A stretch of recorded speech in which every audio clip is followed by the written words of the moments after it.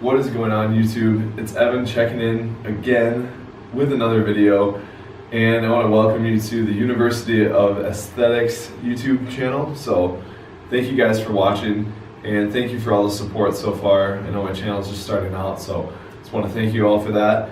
And today I'm going to be giving you guys 5 tips on how to stick to your fitness goals. So, and you know, with New Year's coming up right around the corner, these tips they can be applied to basically any goal that you have, and it is specifically targeted at fitness. So these are 5 tips that are going to help you stay with your goals, and you know, hopefully they help you out, and I know they've helped me out in my fitness journey up to this point. So I'm going to put them on the whiteboard as we go. So the first goal, or the first tip, is to set small, realistic goals. So I'm going to put that on the board. So tip number 1.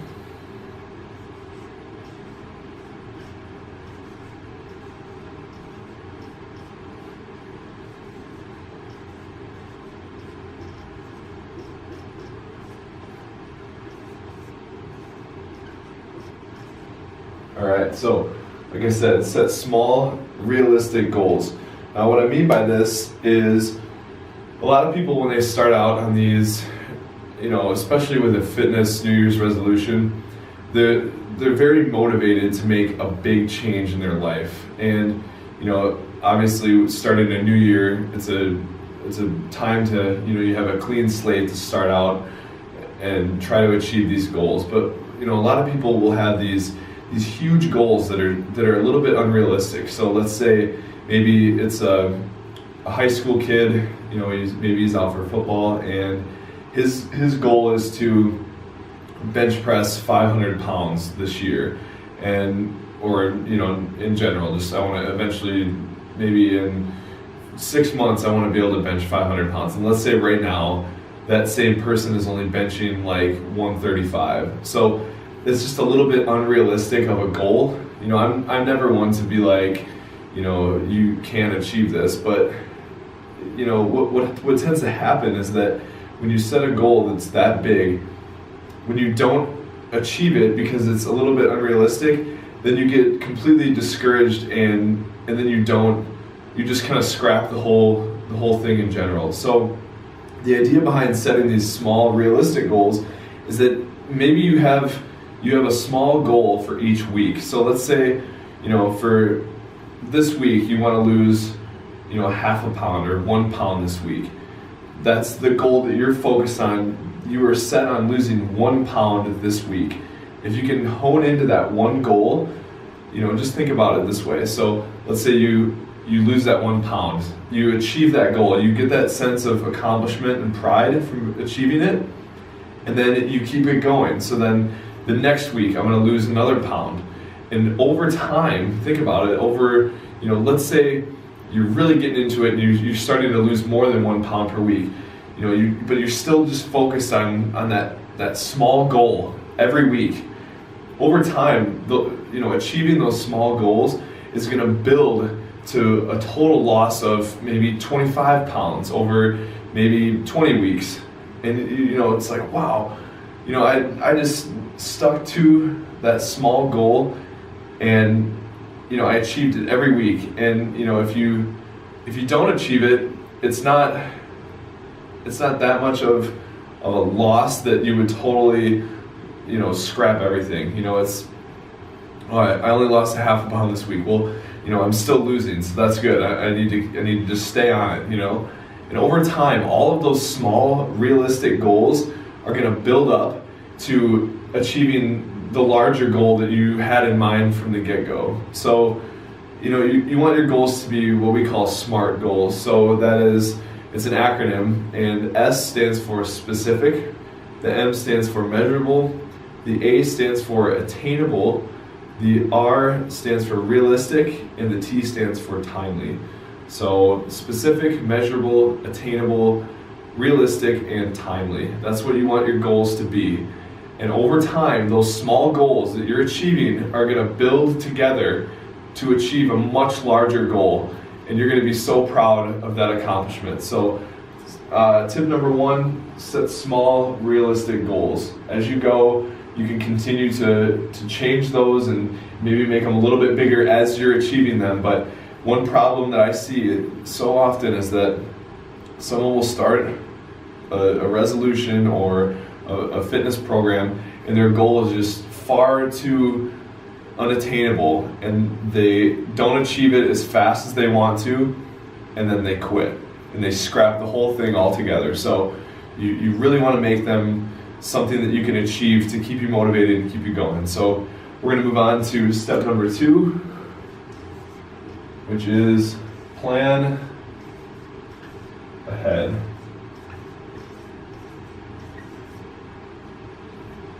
So step number 2, like you can see here, is to, it's to plan ahead. So a lot of times why people fail at their goals is because they are not organized. They don't plan enough for what they're trying to achieve. So, it doesn't have to be, meal prepping 20 meals on Sunday for the rest of the week.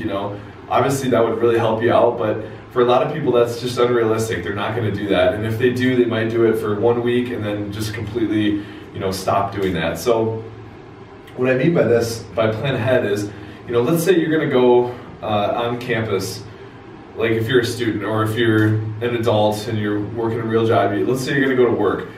Instead of, let's say you didn't plan ahead and you didn't bring lunch and you get to work. What are you going to do? You're going to go buy food out somewhere, which you can do if you make the right decisions. So that's one thing. But if, let's say you go out to, or you forgot your meal at home, or you didn't even prepare at all, and you get to work, you don't have anything, you're likely to go out to eat and possibly make a bad decision. Or on the other hand, you don't eat at all and you go the entire day without eating anything, and then at the end of the day, when you're free to go home, you're absolutely starving, and then you eat just a ton of food there, and that you kind of lose sight of that goal, especially if you're like really hungry. So you always want to plan ahead, and that's in every aspect, not just the meals. You want to make sure that you're giving yourself enough sleep and you're setting aside time for working out.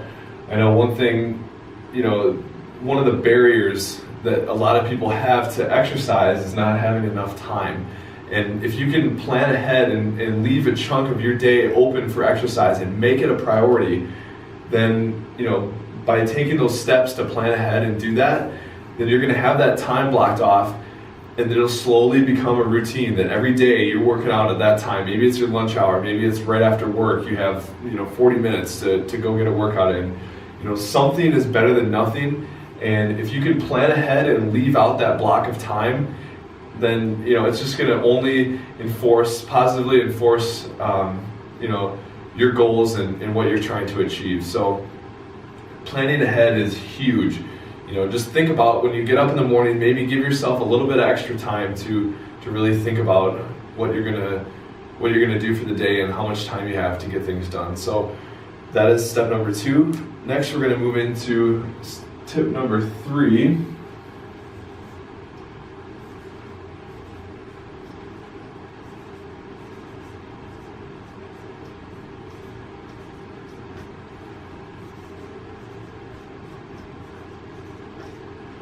So we got tip number 3 here, which is get a workout partner. So a lot of times, especially if you're just starting out into a fitness regimen, you're going to be, maybe discouraged to go to the gym and work out by yourself. It might be scary for you. You might, not necessarily know exactly what you're doing. And that's the case when a personal trainer could come in handy. But one thing that I like a little bit better than that is getting a workout partner. Now, what I would suggest for this workout partner is someone who has a similar goal to you. They have similar goals. So let's say maybe it's you both want to lose weight. Let's say it's you and a coworker. Your main goal is to go to the gym and lose weight. So it would help to ask that person if they want to go together. And what happens then is you can hold each other accountable. So your coworker, let's just use that for example. So you and your coworker are are going to start this fitness regimen together. And let's say, you know, you're just having an awful day and you get off work, you guys are supposed to work out after work, and you know, you just had a horrible day, boss was on you or something like that, you know, just, you know, on your case all day, you just don't feel like going at all, you just want to go home and relax. But your coworker that's your workout partner, you know, they're having a great day and they can't wait to go. What's going to happen is that other coworker that feels good about it, they're going to say, hey, you know, we had this plan to go work out, and you're going to feel bad because if you don't go, you're going to leave your partner hanging. Now, if you didn't have this workout partner and you were, you know, just trying to hold yourself accountable, and you had that awful day, when you don't feel like going, you know, especially if you're just starting out, you're probably not going to go and you're going to skip that day. Whereas if you had that workout partner, you know, they would, you know, you would feel bad about leaving them hanging. So you can hold each other accountable in that regard. So I always think that that's a great reason for getting a workout partner. Another reason is, especially if you're, you know, really trying to, you know, get stronger, things like that.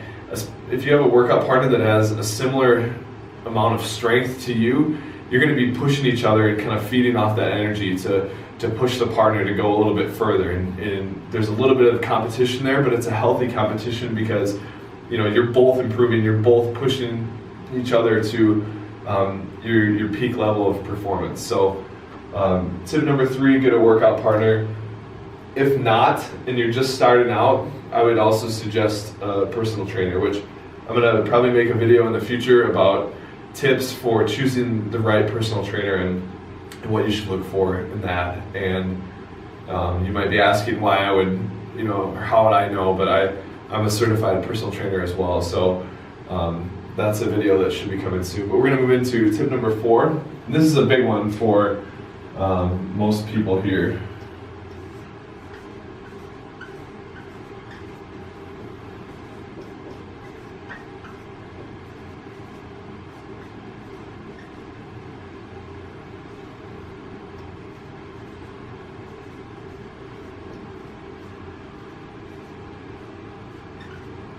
All right, so,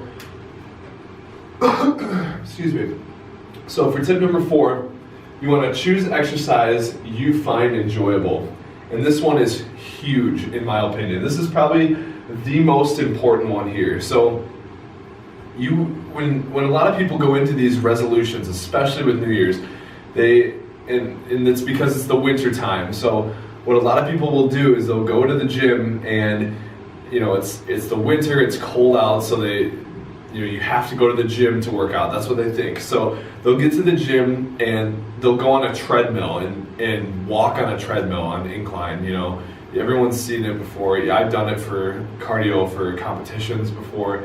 You know, you'll come in and instantly go to the treadmill or an elliptical to do your workout. A lot of these newcomers to the scene here.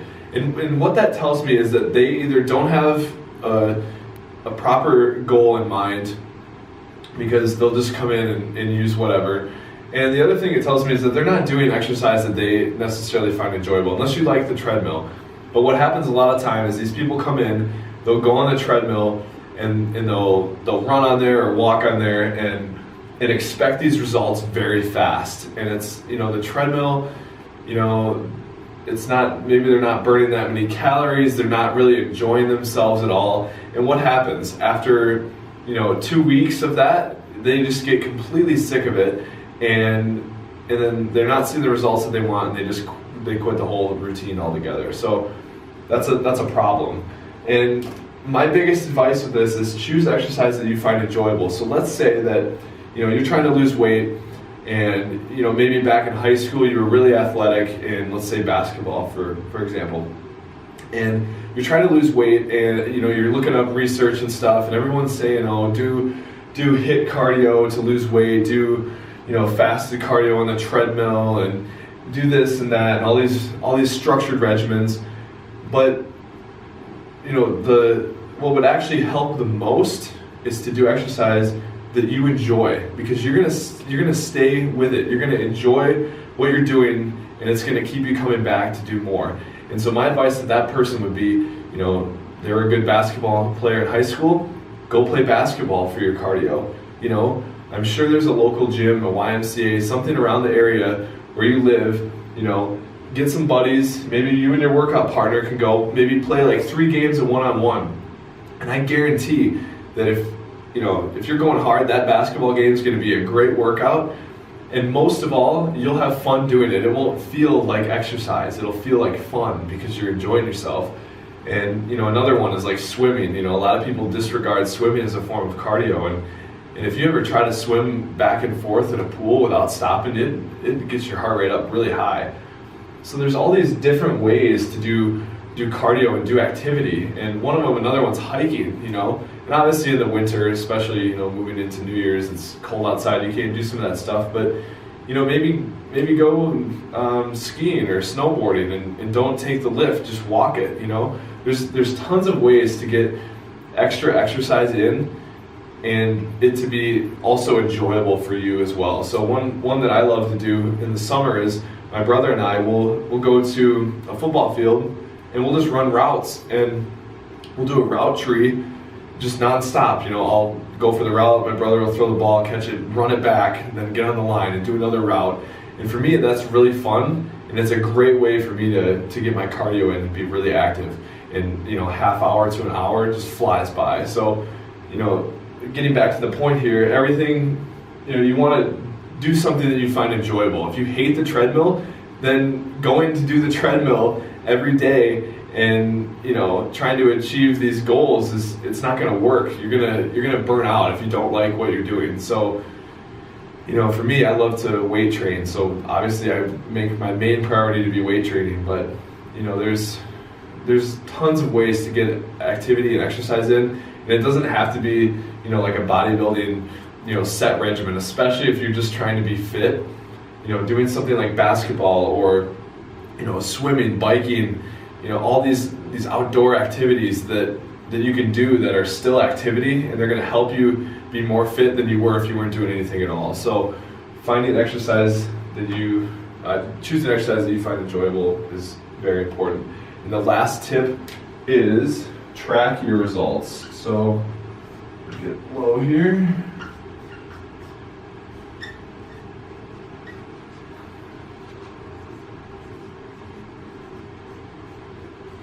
So, sorry if my handwriting is really bad, but you want to track your results. So from day one, you're taking a picture, of your physique, and you're going to write down everything that you can, all the stats that you can get. So, your height, weight, maybe measurements on your waist, your arms, your legs. Let's say maybe do some fitness components as well. So maybe let's say you can bench 135. Do 135 for maybe as many reps as you can in a minute. And then what happens is over time you retest those same tests from the beginning. You take pictures again.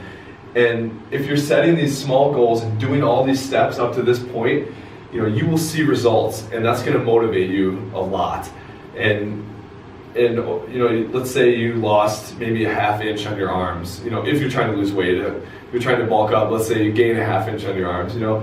That's going to be so motivating because what you're doing is working, and it's going to keep you, coming back for more and wanting to achieve more. And you'll know and believe that you can do it, and that is so important. So, tracking your results with everything. I take a notebook into the gym and I write down all my weights for everything, because for me, I love to progressive overload. That's kind of my favorite way to train. I'll do the same routine for a while, and every week I'll try and go up weight on certain exercises. So for me, every week it just goes back to what I was saying at the beginning. You want to set these small goals. So for me, every week I want to go up in weight on at least one set of each exercise, and that tells me that I'm progressing. And if I'm plateaued, if I'm not going up in weight on exercises, then that tells me that maybe I need to change something with my program, and I will. And that's it just goes all back to tracking your results.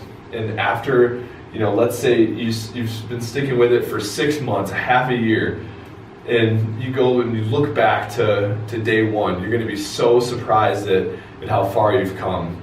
And if you're not seeing the results, then you need to change something. But at least those results can tell you that. There's no lying with that. The weight is the weight, the measurements are the measurements. There's no faking that. It is what it is. And the same with you could do your body fat composition, your weight, all these components you want to test from day one, and then from there on out, you track everything. And it can get daunting and stuff, and you don't have to track maybe every workout, but you want to periodically come back and retest those measures from the beginning. So that's pretty much going to wrap it up. So I'll just kind of conclude here. We got set small realistic goals. Step 2 or tip 2, plan ahead. Tip number 3, get a workout partner. Tip number 4, choose exercise that you find enjoyable. And lastly, track your results. And these 5 tips, if you guys out there do these, I promise you that they will help you achieve your fitness related goals. And I think the biggest ones here are tracking your results and choosing exercise you find enjoyable. And I mean, pretty much all of them are equally as important to each other. So, with New Year's coming around the corner, just keep these tips in mind when you're setting your goals. And if obviously New Year's is a little less than a month away, so it's coming up, but you don't have to wait until New Year's to start. You can start today or tomorrow, as soon as you can, and just carry it over. You don't have to start on a Monday or the first of a month or first of a year. You can start tomorrow, and there's no better time than now.